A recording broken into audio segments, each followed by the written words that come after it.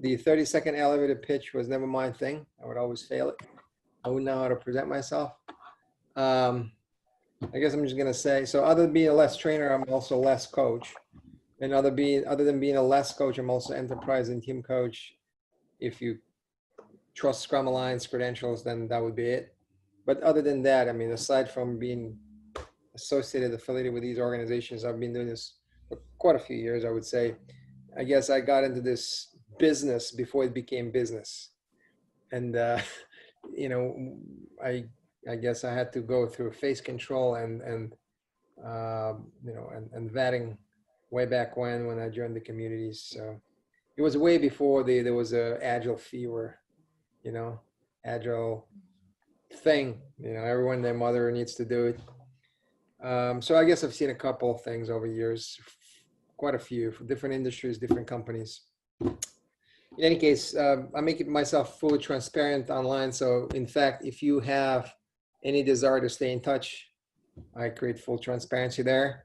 My LinkedIn is up there. My email, it's here, it's underscore. Oh, I'm sorry, I'm not sharing, am I? Yeah. I'm sharing. Yeah. You can visit my site and just contact me from there. I do offer a free Slack channel access.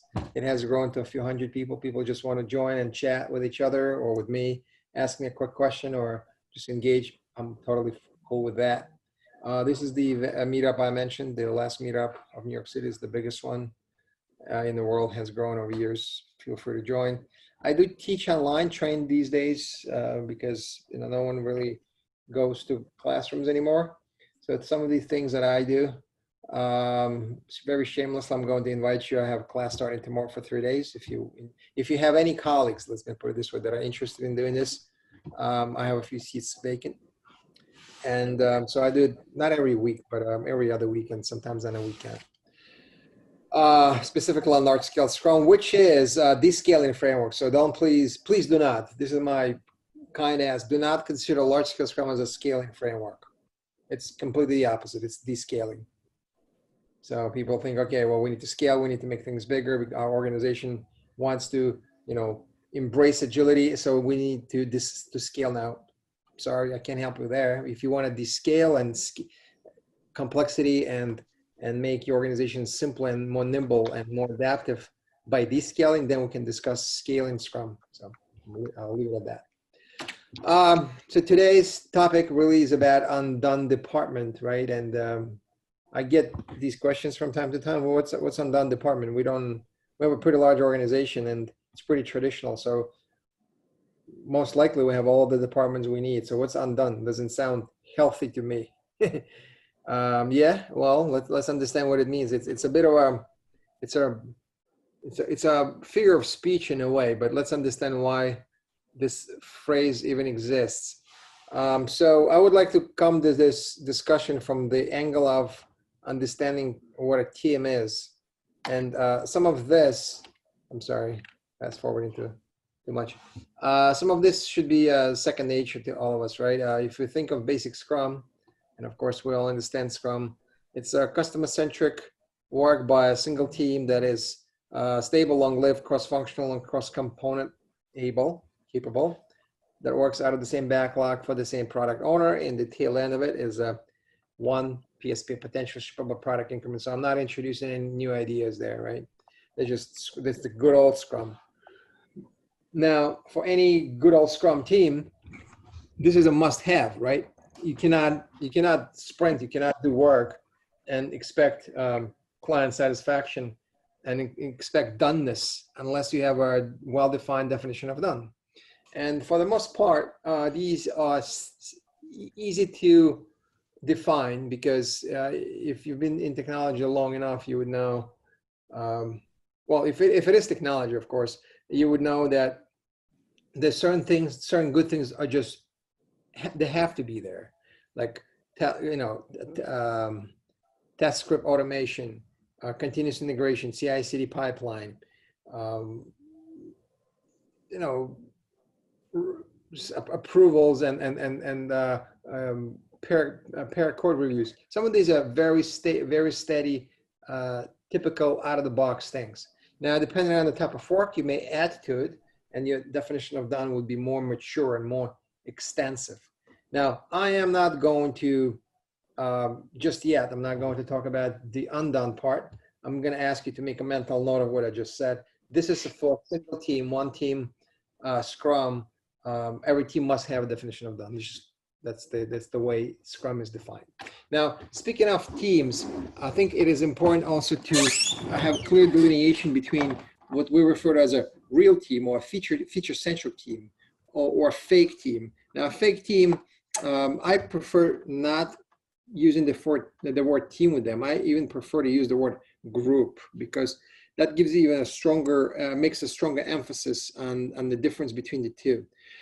But even if we wanted to compare and contrast a real team and a fake team, assuming that the fake team, still deserves to be called a team, then these are some of the clear distinctions, right? So in Scrum, and Scrum is just as per the prior definition, right? We want to have stable teams that stay together for a long time, work on features, not temporary groups that are stapled together just for the duration of a project. We oftentimes see this in matrix organizations that, where you have line management and individuals are rolled into different managers, and those managers control different organizational silos. It is important to also recognize that a real team shares responsibility and accountability. The entire RACI spectrum, responsible, accountable, what else there's, consulted and informed, the whole RACI belongs to the team.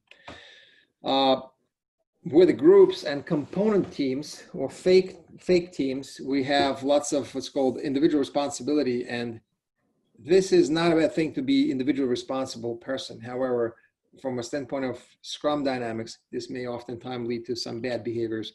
I actually recommend this book. It's one of the series, one of a few great books about individual performance appraisals and punishment by rewards. I suggest just make a mental note of it. So anyway, going further down the list, like I mentioned, flattened organizational structures as opposed to matrix organizational structures. Full dedication to a team as opposed to shared resources. Okay, so those are the key elements. Those are key chevrons that we need to keep in mind, that they define a good team versus not a real team. Responsibility isn't shared by the whole team as opposed to single function roles. Focus on customer as opposed to documentation. So some of these are kind of common sense, I would think. Okay, I'll let you read these. And if you remember, I'm not sure if you read the book, I forget, I think it's, I need to remember the original source of the graphic, but also it's posted on the last.work site. If you look at these two dimensions, y-axis represents the different types of work that a team is capable of taking on, whereas x-axis represents team maturity from a standpoint of being managed or self-managed. A good team that is capable of, and this is in the context of Scrum, and by the way, large-scale Scrum, a good team is able to self-design, and by doing so is able to sit pretty high in the dimension of tasks and responsibilities. So this is the place where you would expect a cross-functional, cross-component centric, self-managed autonomous team to reside. By a similar discussion, by a similar token, if you look at different technologies and different scope of technology versus functional activities, this is where you would expect your feature team. A Scrum team and the feature team are somewhere synonymous. This is where you would expect your team to be residing. They are not just focused on one component or one subsystem. They are focused on the whole product. And of course, that includes being able to analyze and develop and test. And another way to look at this is as follows. You may have two spectrums: functional expertise, such as different. So a component team would have a very high specialty in technology dimension, for instance, UI, UX, or database.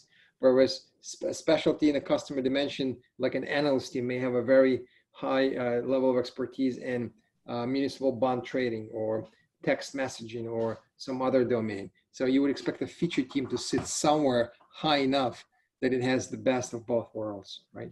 Because either one of these dimensions alone would either produce a component-centric team or single skill set and domain expertise team. Neither one of which would be able to deliver something's potentially shippable. You would end up stapling or pulling things together in the end with other teams. Which brings me to my next slide. This is probably a pretty loaded one too. So on the left-hand side, you have a typical setup of a component team. In fact, a few teams here. Imagine you are, let's just pick for the sake of argument, Eve was a product owner and she was in charge of prioritizing this beige backlog on the left. And there were 3 teams, B and C, each one responsible for an individual component. Now, these thick arrows indicate that there would be a lot of cross-team coordination and dependencies management. Now, for some reason, we oftentimes see people thinking that for some reason managing dependencies is a good thing. It's actually a very bad thing. What we should be looking for is ways of eliminating dependencies or reducing them. So it's like creating a problem and now trying to resolve it. It's like you soiling your carpet and then you want to clean it. That's the same kind of analogy, right? Not to say that teams should not be coordinating amongst each other. In fact, in large-scale Scrum, there's a very high level of coordination, but coordination and dependencies management, hard dependencies is not the same thing. But more importantly here is what? It's a pretty loaded image here too.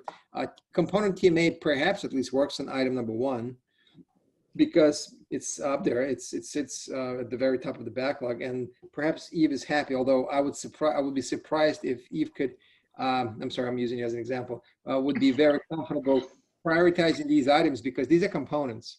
I can't imagine prioritizing a UI component versus database component. You need both, right? It's like prioritizing a wheel in a car or transmission against an engine. You cannot move without either one.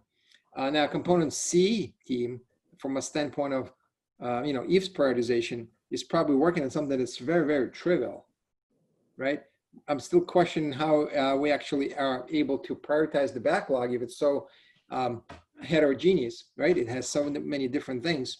Imagine you had 100 items and there was team Z that was working on item number 85. As a business person, I wouldn't care. I would be very surprised they're working on it. However, they would be very efficient working on it. They would not be like slipping or wiggling their thumbs and doing nothing. They would be actually working very hard to get something out the door. It's called output as opposed to outcome. Also called local optimization. They would be very local optimized to do the best they can to deliver as much as possible. Now, on the right-hand side, there's a completely different picture. A product owner is actually able to prioritize items 1 through 4 or more because they're all feature-centric. And here, there was also an assumption that any one of these teams can touch any one of the components. Now, with a very large product with many components, maybe it is not just yet a nirvana state when every team can touch all of the components.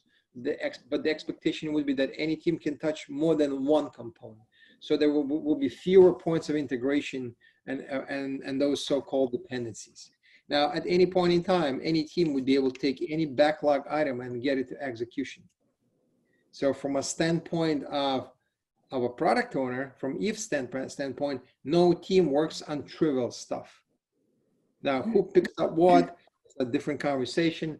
Will probably requires more conversation about how things have been done in large-scale Scrum. But it is important to understand that each team here would have, it would be on par with one another. But even more so, each team would have to have the definition of done that is very similar. Because my argument would be that if you look at the left-hand side, any one of the component team would not be. So each one of the component teams would have a backlog.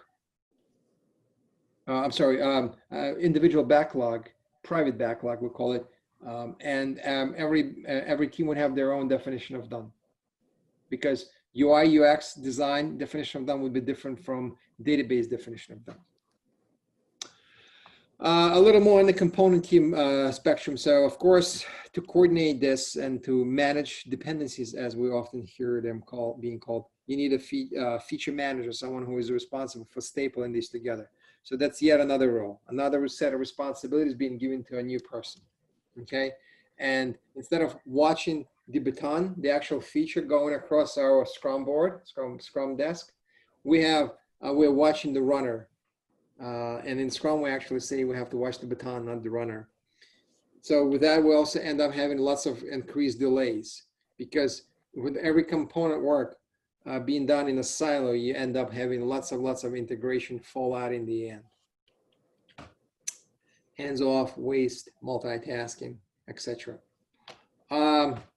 Just to be very clear on something else, we're not maximizing for customer value here, because neither one of these components would be meaningful to a product owner or to a business person as they stand at the moment. Yes, as a car driver, I do care about the entire vehicle being delivered to me, but I don't care about just transmission itself or just about chassis alone, because that is just a part of the car. It's a component to me. So this is also a recipe to what's called local optimization. Each one of these teams would be very local optimized, meaning they're very efficient in doing what they do best, that component, with lots of fallout and coordination and integration towards the end. But things are different, quite different with the feature team approach. Here, each team is able to work on a customer value on a feature, in a feature-centric way, with the highest value coming first. And quite frankly, with the open source technologies and various technical capabilities we have today, we can relatively easily achieve it. It's just a matter of adapting those technologies, and companies that are eager and interested in doing good technology, being in right business, they would not shy away from CI/CD pipeline, establishing CI/CD pipeline from TDD, from ATD. Those are just good technical, good technologies and good technology behaviors. So we call it also system optimization, because you're here optimizing for the whole system, not for individual components. Just a little more on the front of local optimization, and this will come together very shortly, why this is important. Everything we talk about definition of done and doneness and undone department, the criticality, the importance of it will amplify to the power when you have multiple teams being involved. When you're dealing just with one team and that there's a small backlog, one product owner, you can probably get away with cutting corners, and although it will not be invisible, the impact would not be as dramatic. But if you have more teams involved, then of course your impact would be much more noticeable. Here's an example of a mini-waterfall within Scrum. So imagine you got teams that are actually sprinting. They go through iteration 1, 2, 3, through 5, and then the iteration 6. But then you look at exactly what's happened under the hood, and you see that iteration 1 is analysis. Guess what? This team has their own definition of done. What would be the definition of done for analysts? I'm just curious. Finished BRD, sign off BRD. I mean, that's an interesting, that's a very peculiar question to me, because this is not even a component team. This is a single function specialty team that has a very specific definition of done. To them, it's very unique, very specific to them. Same thing goes for design team. By the way, when analysts analyzing what are designers doing, what are developers doing, you can ask them this question. I'm sure the answer would be, oh, we're working on something. They are never sitting down doing nothing. They are very busy, but they're busy on stuff that is least likely to be of priority to a customer. They might be doing some things that are supportive in nature, but this is really not a customer-centric, customer-focused development. This is, they just, they are making their salaries worth. They're working on something, but these priorities come from different areas, and you know, in Scrum, as you know, there's only one person that sets priorities. Now you can actually go all the way down to iteration 3 to 5, and there you see, oh, okay, finally we're sprinting and we're developing something. But as we spoke just a little while ago, we end up sprinting within the individual business technology components. And team A through C, A, B, C actually are working in components, and then they have to do massive code integration. And guess what? Lo and behold, it will fall out during testing. So this poor team of testers will pick it up. And while testers are sweating and huffing and puffing testing, guess what? These guys are not sitting doing nothing. They're pretty busy working. They're working on something else, however. There's something that is of lower priority, or they're off on a tangent. And if there is a fallout here, these guys have to drop everything and come back and fix. So you see this.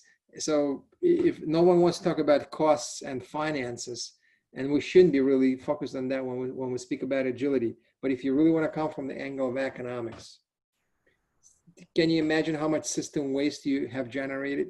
Well, not you personally, but how much this system has generated in terms of waste and bureaucracy?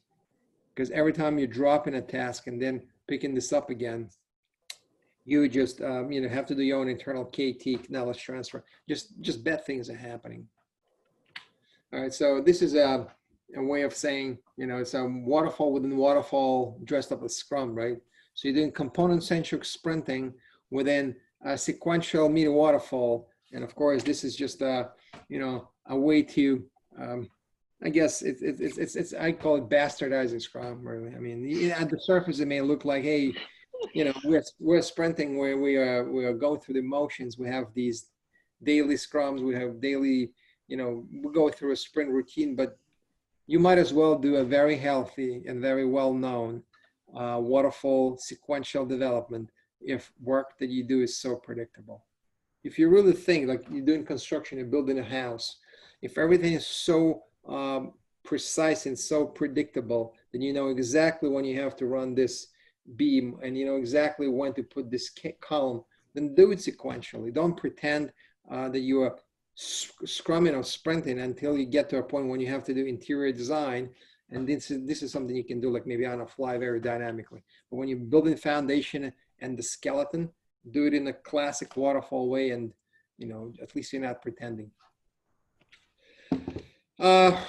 So speaking of definition of done, I really want to kind of go back again to say, look, when you have this, when you have one team sprinting, this is a must-have for any Scrum team, for any team that does work together and wants to define and has to define what's a shippable product.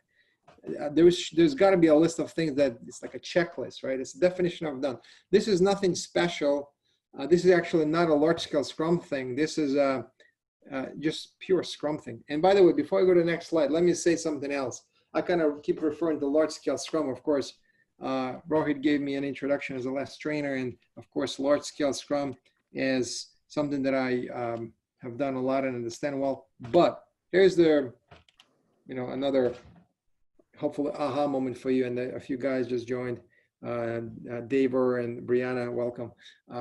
Something I would like to stress again. Large scale Scrum has the word scale in it. But the way we would like, less trainers and coaches, the way we would like to teach and explain this to people is that large scale Scrum isn't about scaling. It is about descaling. It's about descaling the existing organizational structure in ways that allows us to amplify, to scale, allows us to scale what a single Scrum team can do.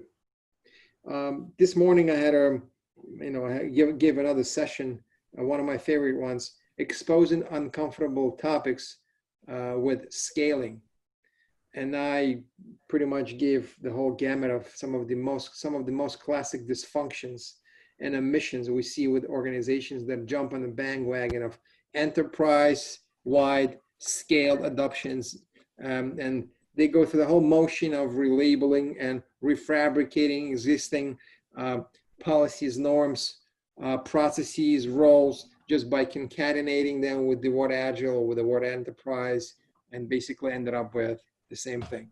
It's like I wish I could have been there. I'm sorry. I wish I could have been there. Oh, there was actually there will be a recording. I'm kind of replaying this, and we can do this again. So, and by the way, there's this is kind of digressing, going off on a tangent, but systemically, industry-wide, the problem is pretty serious, and it's being fueled by large consultancies and tooling companies coming in and pretty much selling what sells, right? I refer to this as the triple taxation. Here in the States, we have a, I live in the big city, so we have a city, state, and federal tax you have to pay, right? So triple taxation to me is you pay once for a very expensive large consultancy, you pay second time for installation of a very heavy monolithic framework that pretty much changes nothing but just relabels everything. And the third payment you have to make for the tooling company itself that sells you, a few thousand licenses, right? Whether it's Jira or Rally version 1. So you end up paying 3 times. There's a big dollar sign in this triangle. Who do you think pays? If you've got a lot of money, if companies have lots of money and they just want to, engage in transactional activities, please go ahead and do that. But this is really not a solution to make yourself nimble or agile or flexible. And that's my, 2-minute pitch on, emissions of scaling, which is a big painful topic on its own. So just go back to, if we go back to this discussion of the definition of done. Now let me go through this quasi-animated set of slides. So imagine you got a few teams. Let's just consider you got a few teams working together, sharing their definition of done. Because if you work on the same product, working out of the same backlog and for the same product owner, which is, by the way, what less is, then you would be sharing your definition of done. If each one of us had our own team, so if I was a part of team A, Rohit was a part of team B, Aubrey was a part of team C, Eve, D, they were, so whatever, E, I lost the count of my letters, and Brianna, let's say team Z. We had 1, 2, 3, 4, 5, 6 teams. We would be working on the same product for the same product owner out of the same backlog, and we would share our own definition of our shared definition of that. Then if so, our inability to have the shared definition of that would have a much bigger impact on our organization, because now we got what, 3 to 9 people on the same team. That's times 6, almost 50-man operation. So less product group. In fact, 2 to 8 teams could go up to 70 people. So now we have so many people working together and we don't have a shared definition of done. It's a bad thing. So we would have to have that established up front. So go back to this one. Imagine all of our teams are sprinting, and we're sprinting. And at the end of every sprint, we meet our own definition of done, our shared definition of done. But there's something that we leave out, something that we cannot finish for whatever reason. Either we don't have enough skill set or technology, or let's say we cannot do UAT as a part of our sprint simply because our users will not be looking at the system for another couple of weeks. So we have been collecting this undone work. So maybe I should introduce the term. I should introduce what undone means. Undone, what prevents us from going to production, right? So you finished your sprint, you met your own definition of done, but there's something else that's left out that you didn't finish. That's undone. So what is undone department, really? I mean, we got kind of, that's undone, that's kind of clear, but what is undone department? I'll get to this in a minute.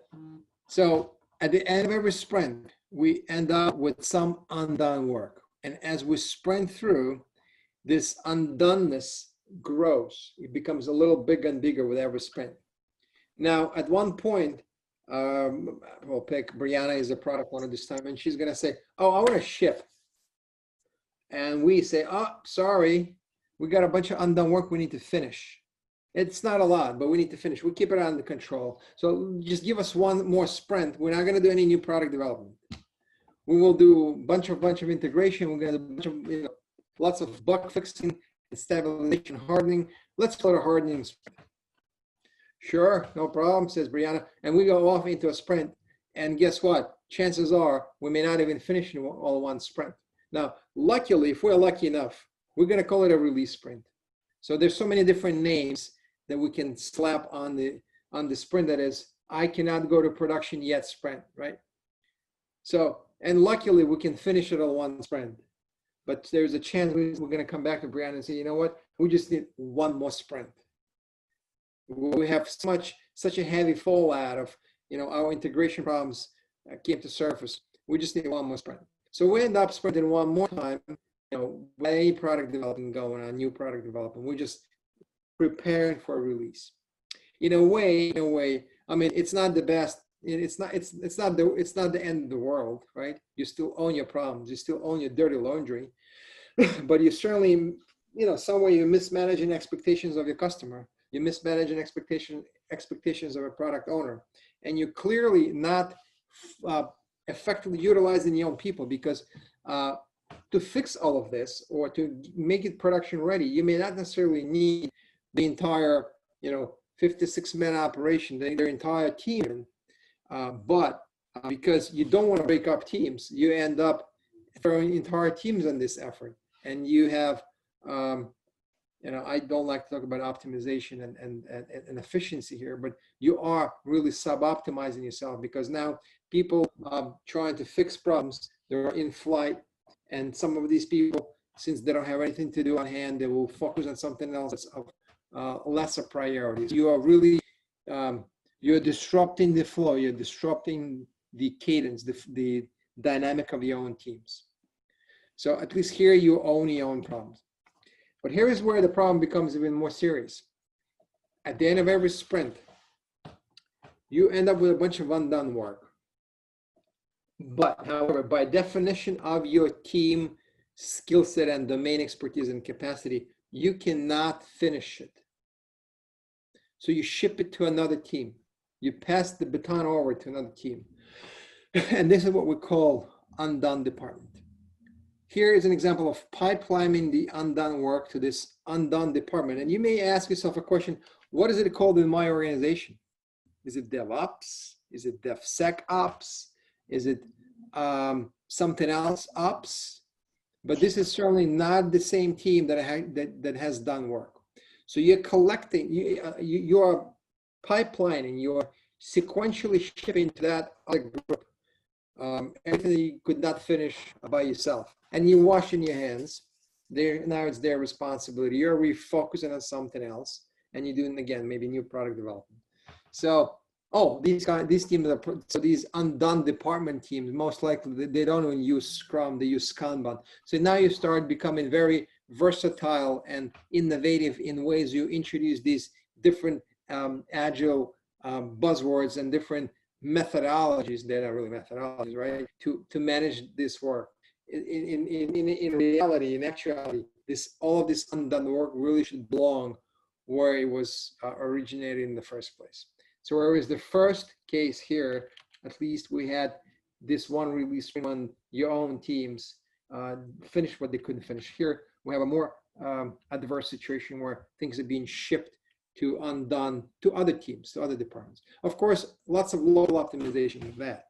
Talking about local optimization, because if my team is optimized as an undone department team, is optimized to fix problems of other teams, then guess what? Even there are very few problems, I'm going to work in ways that I will make them look pretty serious, because this is what floats my boat. This is what pays my bill. So you end up with this local optimization, because this was passed on to me. This is sequential responsibility.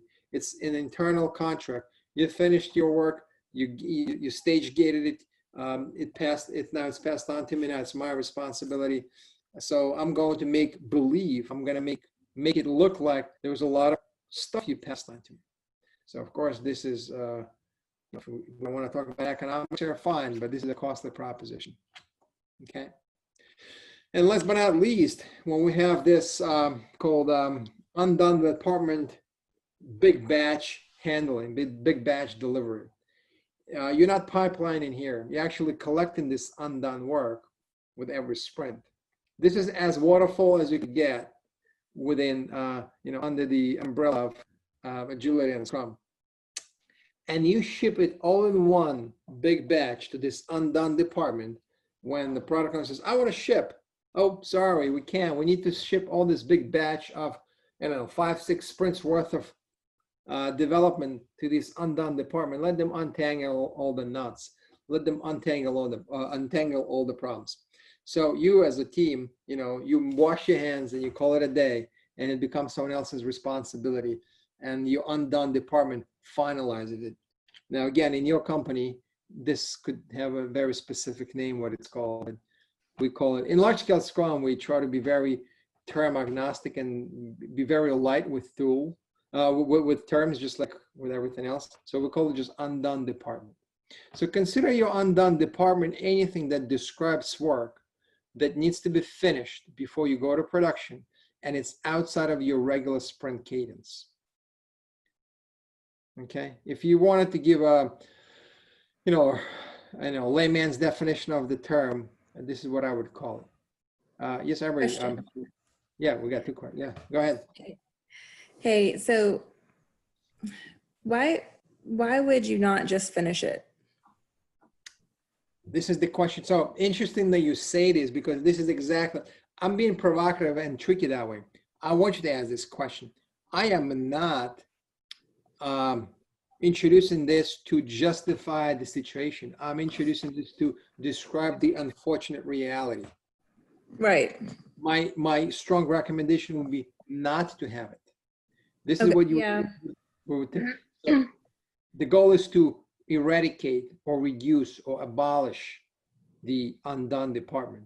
So ideally, any undone work should over time shrink, and your done definition of undone should shrink, and definition of done should expand. You kind of beat me to the punch. This is my next slide. But what has been described up until now is not a good thing to have. Sorry. No, that means you thought in the right direction. Okay. Yeah, so just one more thing I want to introduce here. Imagine if everything we discussed was just one team problem. Now, if you are copy pasting Scrum, by the way, this is fake scaling, and we speak at length about this. We actually spoke at length about this morning, but even further at length when we teach large scale Scrum. Just because you got a bunch of teams that report to the same manager doesn't make your organization, oh, you scale that, you scale Scrum. No, you may, at best, you may have 5 or 6 different products, very small independent products that are being worked upon by individual Scrum teams for different product owners. I get that, fine. If my company makes a mouse and a phone and a bottle, these are 3 independent products, then maybe so be it. But 9 out of 10 times, these are not even independent products. These are components of the same product.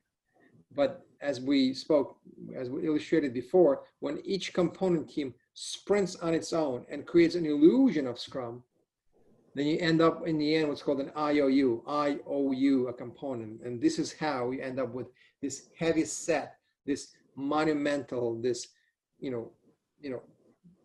great in volume integration is in the end. So this is almost by saying you got to a development phase of your Mini-Waterfall, and now you got a bunch of components. You say, hey, A, B, and C. So we got 3 teams, so we scaled, right? No, you didn't.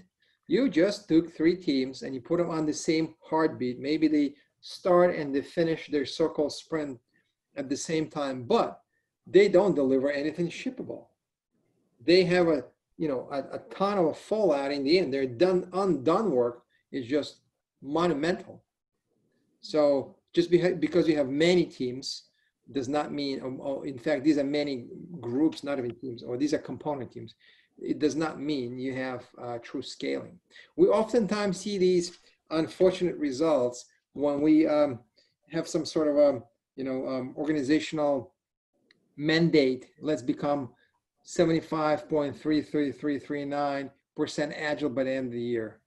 So everyone tries to play the game, game the system. Well, are we all in Jira? Great. Do we go to daily scrums? Great. Do we have a definition of done? Yeah, but there were only 2 things there, acceptance criteria met, and user story in Jira closed, status closed. That's not the definition of done. That's silly at best. So the whole idea of of creating the definition of done is that you actually can meet it, and by meeting it, you get in very close. If not, you get to the point at the juncture when you can actually release it. And if you still can't, if it's a matter of gradual maturing, be explicit about calling it as undone work. So undone department of a single team is going to grow exponentially to undone department of multiple teams. So this is not linear. This is almost like super linear, right? With fake scaling, that's going to be a problem, because if one team has a small undone department, then 5 teams, most likely their undone department is going to be not 5 times as big, but 25 times as big, because there's so much integration between those component teams, right? And each team is going to definitely be local optimized to do the best they can to deliver their part, and then wash hands and call it a day. So Albert, to your point, the invitation, of course, here is to remove the undone department over time.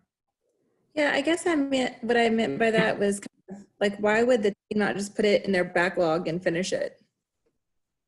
Why wouldn't they do what? They put undone work in the backlog and finish it?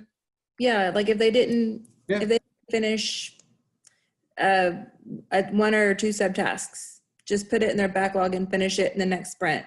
Or well, I mean, owning your own problems and finishing them in the next sprint, that would be the first natural thing to do. What we're referring here to is when you have maxed out what you can do as a team, and now you call it, okay, when do we set our ticket to the status close? When we've done all of these motions, even if you had a few lingering subtasks that you did not finish in sprint 5 and ended up finishing in sprint 6, still that, whatever Jira, I'm going to use Jira as an example. I could use any other. This Jira ticket now is rightfully set to status closed. Now, if I'm a customer and I come in and say, well, you set it to close, that means the feature it describes has gone from your environment to production, right? No, it's not there yet, because we have some other things we need to do. So we're referring to those other things that we need to do that sit outside of our sprint cadence that we ideally want to bring back in. Okay, so your reference to, well, if you didn't finish in sprint 5, let's finish in sprint 6. Yes, absolutely. You break it, you fix it. Almost like you scratch it, you buy a new one. You didn't finish it, you have to finish it. That's a slightly different conversation. Why we didn't finish it? Did we not budget enough time? Did we not have enough skill set and capacity in the sprint? Did we not slice it right? There could be very tactical discussions about that. These are like, actually, teams are pretty good at seeing these, and our Scrum Masters these days are not bad at that. It's about, so when we say definition of done needs to be shrunk or squeezed, now we typically talk about organizational design implications, because oftentimes it's not because the team is not capable of handling it technologically. People are smart. People are most likely, a good technologist is able to do this. It's because of organizational domain design restrictions and fake private code policies, as we call them. That's why they cannot do what they technically can. It's like, oh yeah, I can do it, but I'm not allowed to touch it, right?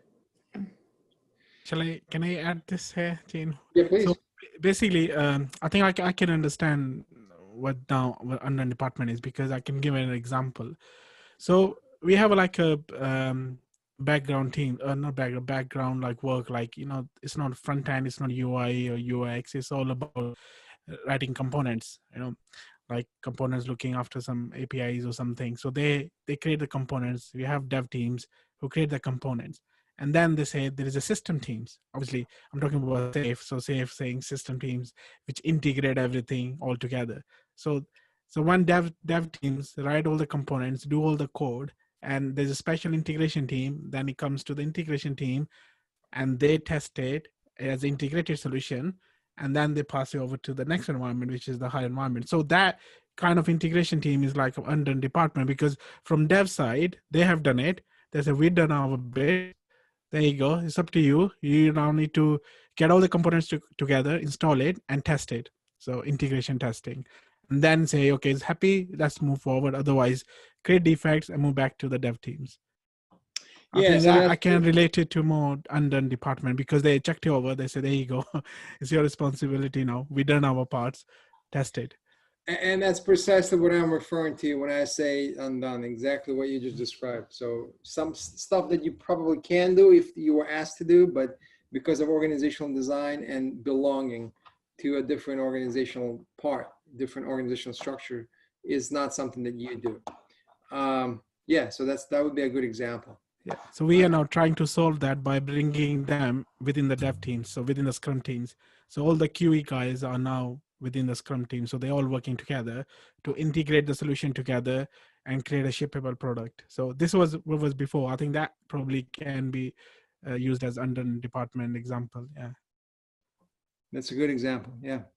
I'm actually realizing for some reason, I don't see anyone's faces in now.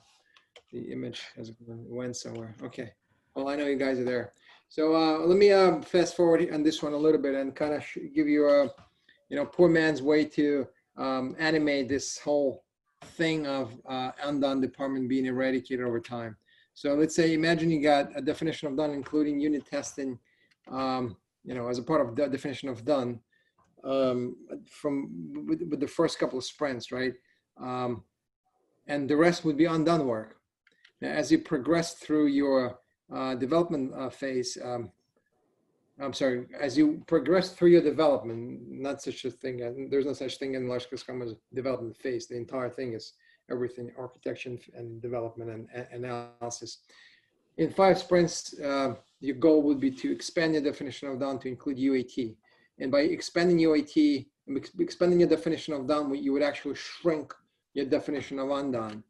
And let's say in a year, you would like to include performance testing as well.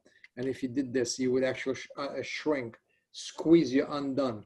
And so on, you can go on and on and on. And with every time you expand goodness, you would shrink something that is not good. So having undone work, unfinished work is not a good thing. So you would actually mature gradually over time and expand your done and shrink your undone over time as you go. Okay. I have only, let me just make sure I got your faces back. Okay, now I have your faces back. The only thing I would like to share at the end of it is this whole discussion can be taken on in the context of Scrum, and it becomes even more important in the context of large-scale Scrum, where you have multiple teams, up to 6 teams, up to 8 teams working on the same product out of the same backlog for the same product owner. With that, we get often, if not always, many questions. How do these teams coordinate? How do they integrate together? How do they work together on the same product out of the same backlog? You have so many things going on. How do they really coordinate this entire body of work? So of course, we only a couple minutes remaining, so I'm not sure how much we can cover here, other than having large-scale Scrum events that are almost identical to Scrum events with very minimal add-on. We're not covering them here. There's some additional dimensions through which information flows, knowledge is being shared, and support is being given.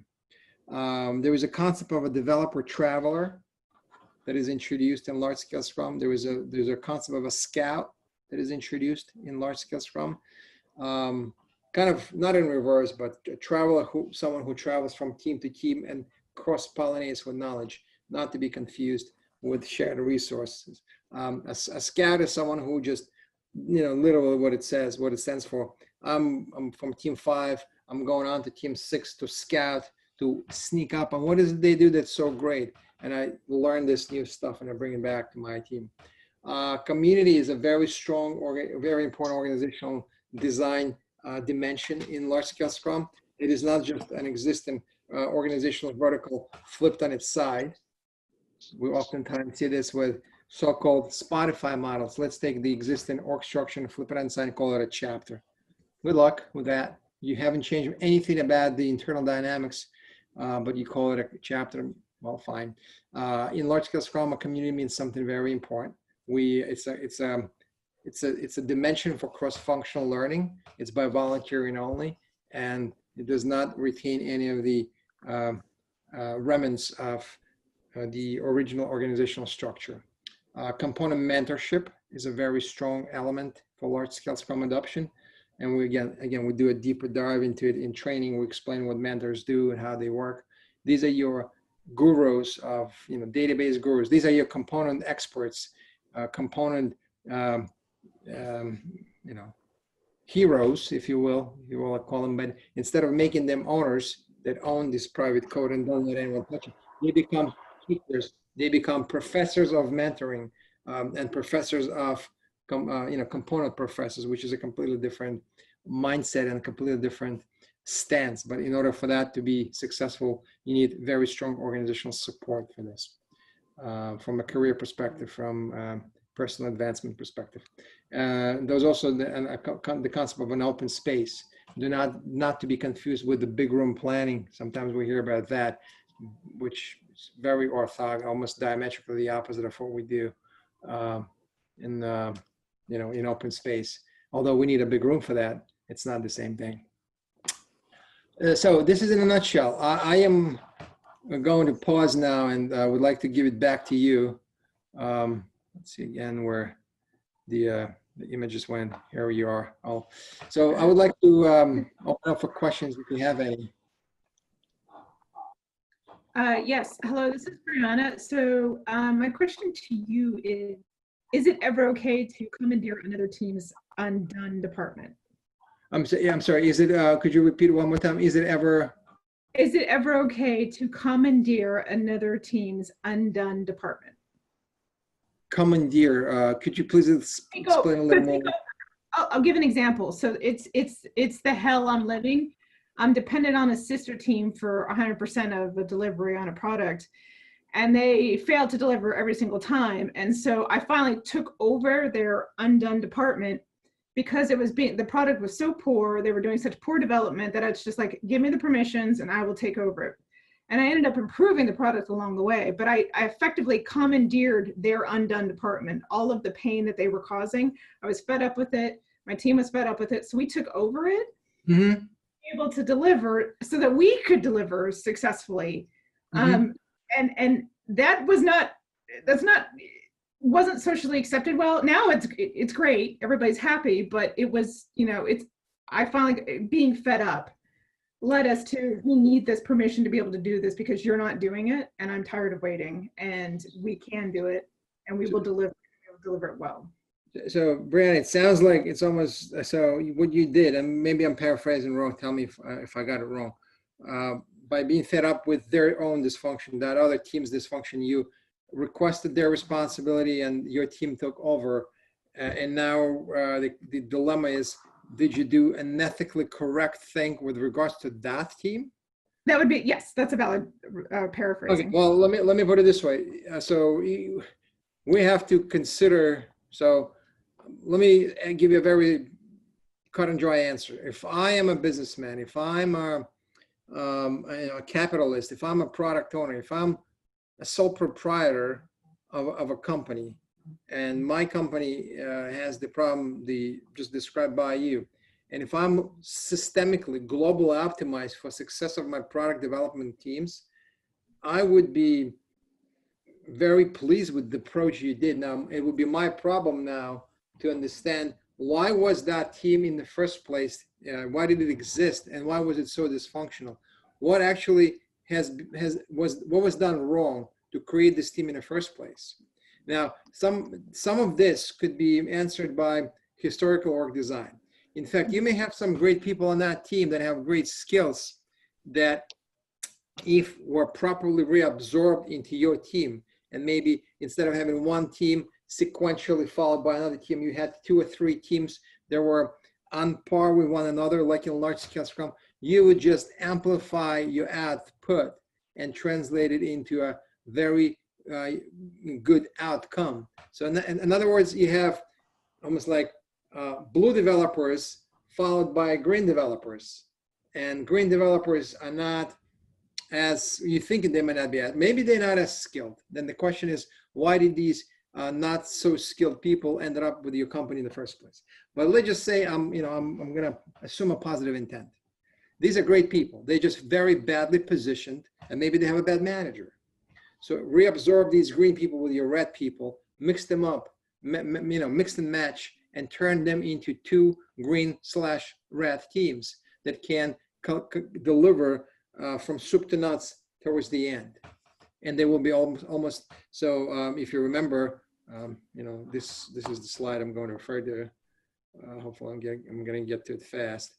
So this is going to be so instead of having your team and maybe another team and then maybe another team, you just rebuild them and create same exact people, but differently structured into teams. 90, I don't want to give you a percentage, but for the most part, when we move from component teams to feature teams, we do not require additional human assets. We call them, you call them resources sometimes. I mean, I don't. I consider people as humans, not as resources, but you understand what I'm saying, right? Very rarely do you really need to go ahead and procure someone else. You got people, most likely. They just work in a very traditional, ill-defined way. And most likely it's the first, second level management that mismanages. For them, it's the sphere of control and jurisdiction. Locally optimized first-line managers oftentimes protect their turf and not let you cut through it. What you did is basically you cut across and you disband that first line management, command and control territory, which is, I think you did the right thing. In large scale Scrum, we strongly emphasize the importance of job security versus role security. We all for job security, we don't support the idea of role security because role security implies that you're locally optimized for that role. Okay. Well, any more questions, folks? I know we're a little bit over time, but maybe you got. Yeah. No, I just had one quick question. I know, in less, I think you did touch about DevOps, like it could be some undone work left for DevOps to do. So how does less manages this expectancy? Like, do you have like DevOps guys built into these feature teams or like in Safe, like, because I work in Safe, I can give an example. We have a separate system team. We have a separate DevOps team. And That's right. they're kind of like a Kanban teams, and then they work through that. Yeah, and then then Scrum Bond. So look, here's the thing. And in fact, I love Kanban principles, and I actually learned it from the source. Spent years learning. I appreciate a lot of what Kanban teaches us. However, in fact, you can run a healthy Scrum or a large scale Scrum and use some of the great principles of work management, workpiece workflow, queue management, stuff that is great. Yeah. Now, to your question, when we come to Agile at scale, right, from a standpoint of not challenging organizational design as it exists today, we end up with these organizational silos. And DevOps is not meant to be an organizational structure. It is a set of development practices, right? Yeah. We all for DevOps, operational work done by developers, and it belongs, like you said, on teams. Once you create these DevOps teams and start building and expanding this department, or DevSecOps teams, you're going back to where you started.